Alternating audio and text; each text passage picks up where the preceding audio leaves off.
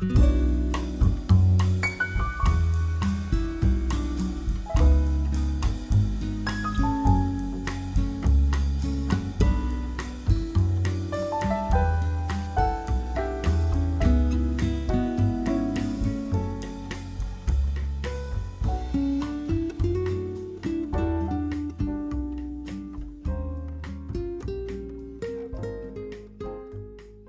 there everyone, welcome to today's QGIS tutorial lesson 9. In this video, we will learn how to use the QGIS resource sharing plugin. If you haven't subscribed to my channel, please do so that you can get a notification when I upload the next lesson. If you're new to my channel, you can follow all my previous lessons from the links in the description below. Let's get started. This plugin makes it possible to share all types of resources in QGIS. That is from the library of symbols, the styles, the images, and the scripts. This also allows you to have more cool icons and symbols for your map. So the examples that you're going to actually be looking at are the humanitarian symbols, the animal track symbols, the nautical symbols, the flow map arrows, the road sign symbol, and the health and safety. There are actually many more kinds of symbols, like for example the camping symbols, the communication symbols, the service available symbols, but you're not going to go through all that. You'll do it on your own. So let's go to QGIS and see how we're going to use these QGIS resource sharing plugin. The first thing we are going to do is we are going to install the plugin. How do we install the plugin? We'll go to plugin, manage and install plugins. Wait for it to fetch all the repositories. Then we'll come to all. Then search for the QGIS resource sharing plugin. So this is the QGIS resource sharing plugin, and it will tell you search for published collection and install them for use with QGIS symbology, processing scripts, processing models, and R scripts are supported. So this is what is actually supported: symbology, processing script, processing model, and R scripts. So we're going to install the QGIS resource sharing. Click on install, and it will actually install very quickly, and it has told you the plugin installed successfully. So when we close that dialog box and we go to our plugins, we will see that a tab called resource sharing has been added into our plugin tab. So that is one way of actually installing the plugin. If you are getting difficulties installing the QGIS resource sharing plugin, then what you can do is maybe just uninstall this plugin first so that I can show you the other way of installing the resource sharing plugin. I've already uninstalled. If you go to the plugin, you can see it's no longer there.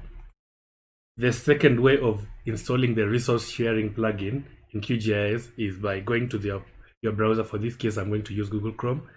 So, and then I'll type the QGIS resource sharing. And then it will bring me, and I'll select the first link, which is the QGIS resource sharing plugin. And I'll read the description about it. Now, I want to look at the current version, which is the most latest version. So I'm going to click on the version tab here. And you can see it actually brings all the previous versions and the current version, which was updated in May 28th, 2020. And this is the 0.15.1. So I'm going to select the 0.15.1. Then I'm going to just download it because that's what I'm interested in. I'm going to download it. And I'm going to save it to my plugin folder where I have all my plugins in QGIS. So I'm going to save it there. And I have finished downloading it. It's in our folder. So I'm going to go back to QGIS. go to plugins, manage and install plugins. And then now I'm going to install it because it's a zip file. I'm going to install it from zip. And I'm going to select the QGIS resource sharing plugin from our zip file. Click on open and then click on install. Give it a few minutes to install, and it says the plugin has been installed successfully. Now let's look at the resource sharing plugin. I click on the plugin tab, then I'll scroll down to where the resource sharing is. Then I'm going to select the resource sharing, and you can see it has actually all loaded already all the resources that are available in the resource sharing plugin.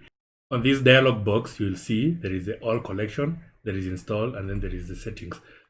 If you currently don't have anything in display here under all collections, what you do is you just go to the settings, and then you'll see you should see some repositories loaded here.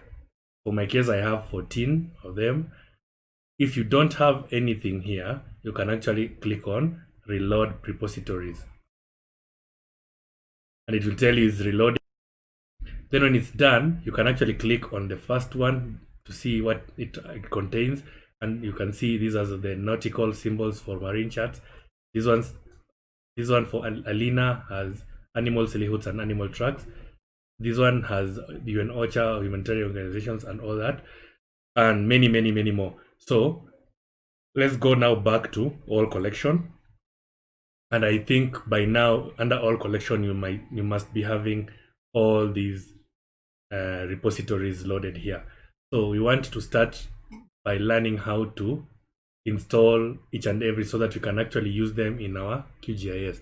So the first thing we do is let's look at the animal livelihoods.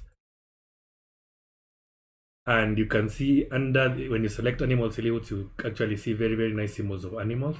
So what we can do, we can just click on install to have them installed into our QGIS. And you can see there is animal livelihoods was successfully installed containing 35 SVG files. Now let's go to the animal tracks, select animal tracks, click on install. Now before you click on install, let's look at what the preview of some of the icons. So I can see there are animal tracks. So if you're doing a map of animal tracks, like for example bears, or maybe say mouse, you have mapped the routes that they pass through, you can actually use these nice SVG markers. So I'll click on install again, and you see it has said 29 SVGs have been installed. So we can go to another one. We don't really need to actually install all of them. Let's go to flow map arrows, and you can see the flow map arrows here. So like for example, if you want to show maybe the movement of certain maybe certain movements in around the world, you can actually use these very nice SVGs. So I'm going to download them. Perfect. Then we can also install some others, like for example the ones that we want to use today, the Red Cross emblem. Let's just install that. Then installed. Then we are going to install the OCHA humanitarian, and you can see these are all the symbols for the humanitarian organizations, the humanitarian icons for OCHA shared by them. So we're going to use this, and as I say, 295 SVGs have been installed. Then we can go again and say, for example, if you want to do some little bit of camping and you want to create a very nice map, you can actually install these SVGs, 36 SVGs. So we're going to install now the last ones, which are the road signs.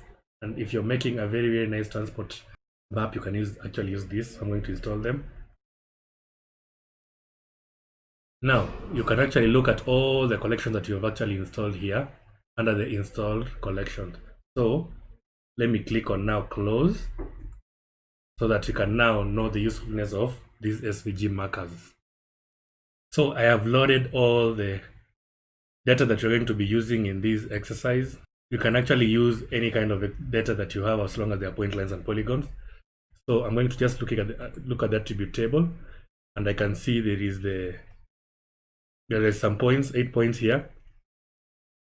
The amenities, the name and the amenities, and you can see there's a tourist attraction, there's a beach, there's a road sign that says stop. The road sign that is a sharp bend, harbor, fast food, camping, and airport.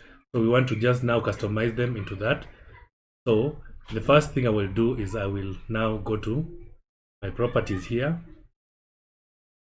and instead of a single symbol, I can select categorized. But before I select categorized, I will change these to an SVG marker. So how do we change it to an SVG marker? And it's actually a simple marker. So we'll select on the simple marker, and then under the symbol layer type here, you will select the SVG marker. Instead of the symbol marker, you select the SVG marker, and it will give you a very big question mark. I can actually even add the size maybe to 7. And you can see there's a very big question. So it's actually asking you what kind of a SVG marker are you going to be using. So I'm going to scroll down and just going to put any SVG marker. And then under the SVG groups, you're supposed to get, there is actually some pre-installed SVG markers that come with QGIS, but we are interested in what we have actually installed. So I'm going to go to back down to collection, SVG groups, the collection, and you can see there's the animal livelihoods, animal track camping, flow maps, the ones that we actually had installed. So let me just use the animal livelihoods for now, and when I select animal livelihoods, it brings them up. So I'm just going to select, maybe say this nice bear here, and I click on apply. Okay, and you can see all my markers are changed to that very, very scary bear. So I want now to change them so that each and every category here is represented by its own SVG marker, each and every category under the attribute table. So I am going to now go to properties. Then instead of single symbol, I'm going to just select categorized. Then what value am I categorizing? I'm categorizing the amenities. Then I'll click on classify. It will classify all of them to different colors. I click on apply, and you can see all my bears have turned into a different color. But I want each and every one to have its own symbol. So for example, the airport here, I can actually double click on that color there, the color of the bear, and then it is still an SVG marker. So I can just scroll down and look for, maybe say transport road sign. Let me see.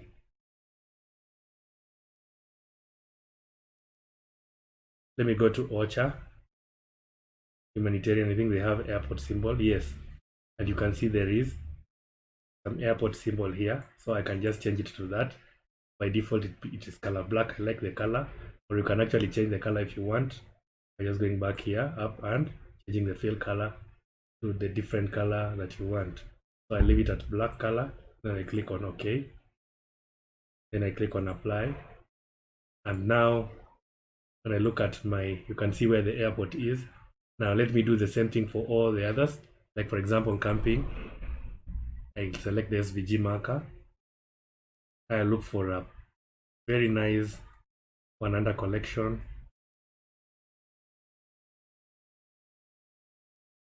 Maybe say camping. I didn't install the camping. Oh yeah, I installed the camping here. Then I can just put this, maybe say campfire or something like that. Let me just, or a cabin. Right, maybe this is a good one. So then I can now change color, fill color. I can just leave it at that. By OK. And you can see where the camping is and where the airport is. I'm going to do the same thing to the other, maybe say the fast food. I'll also select the SVG marker, and I can even use the default ones for for QGIS. Let me see, look at the amenities. Fast food, I can go to food. Then I can just maybe put this and change the color. Maybe say it green color. Okay, you can see where the fast food is. And even modify and change the size to be much bigger. Maybe say 10.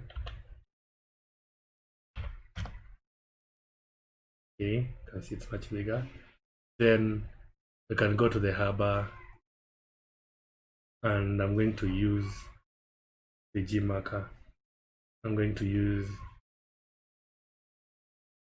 marine icons. So let me look for marine. Actually didn't install the marine one under the resource, so I'm going to just go and look for something that looks like an anchor. Maybe say, let me just check if I have.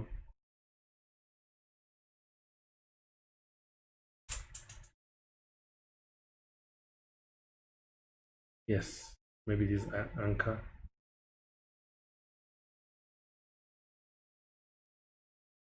See where that is. Then road sign. Let me just change the road sign. SVG marker. Going to go to road signs. Then it says it's a sharp bend, so I'm going to select the sharp bend. Okay, and then there is the road sign stop. I'm also going to just select under the road signs, and I'm going to be looking for stop. I say okay. You can see I have actually customized them, and you can do that for all the others. For the bear, I think it's good for tourist attraction and all that. So that is how we customize SVG markers and points. We now go to how to customize it on a polygon. So you can see we have two polygons here. There's one here and here, and we're going to be looking at the information about these polygons. So open attribute table, and you can see there's mines, there's a dangerous site, and then there's a bird sanctuary. So how do we customize that into an SVG? So I'm going to go to properties. Then instead of a single symbol, I just change it to a simple field. I'll change it to an SVG field. You can see there's an SVG field here. Select that SVG field. Then I'm just going to select any SVG that is available. I'm just going to select, maybe say the froggy SVG, and a bit big, so I'll just maybe say instead of 20 I'll put 10, but the froggy looks visible in our SVG. I click on apply. Okay, and you can see I have actually customized all of them into that, but now we want to now customize them into now individual different symbols. So I'm going to just click on categorized, and then what value am I categorizing? I'm going to categorize the type. I'm going to click on classify. I'm going to classify the two sites. So there is the dangerous site and there's the tourist site. How do we change now the two to have different distinct symbols? So for the dangerous sites, I'm just going to look for an icon in the SVG field that looks more like, I think what I'm going to do is I'm going to now go to maybe say the road transport or road signs. Then I'm just looking for that caution. Yeah, this caution is okay. Then I click on okay. Then I'm going to click on apply and look at how it looks like, and you can see now there is a caution on this region of our data. So for the tourist site, I think I'm just going to use something like a nice animal, maybe say an animal, maybe a bear, because maybe they're interested in seeing bears. Then I'll make it a bit smaller, 6, and okay. and apply OK. And you can see now I have customized that. You can also do the same thing for the tracks for the points. So we're going to look at the attribute table, and you can see there's the hurricane path and there's the animal track. So we're going to now customize them to that. So go to properties, then symbology, single symbol first. We change it to an SVG marker. Then we're going to just select an SVG marker. I'm actually going to go to watch a humanitarian exchange and just going to select, I think I'm going to select these for a cyclone. Then fill color, I'll change it to maybe say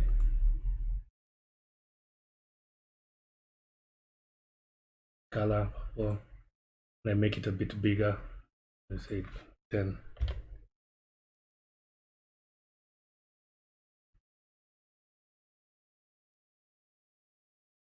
Then now I can come and categorize them.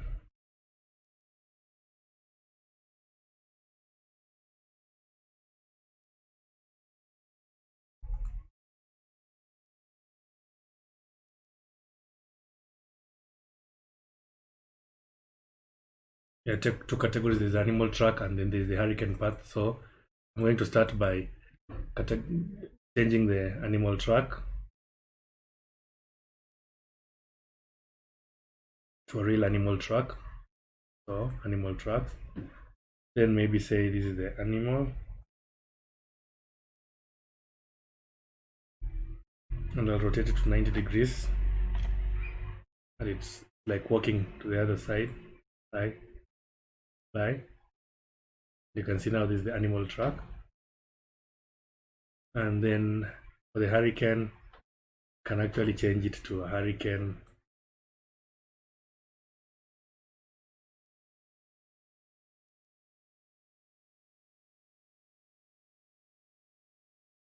This is the hurricane.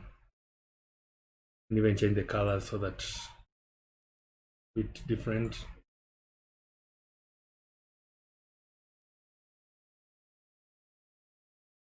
That's the hurricane and that is the animal track. And that is how you use the resource sharing plugin in QGIS. So I'm going just to put a base map and see what kind of region I was working on.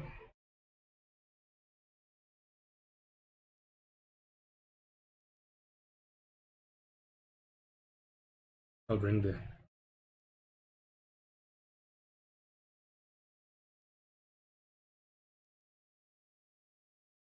and you can see this is a region in the Bahamas. From this there on, you can actually make a very nice interactive map.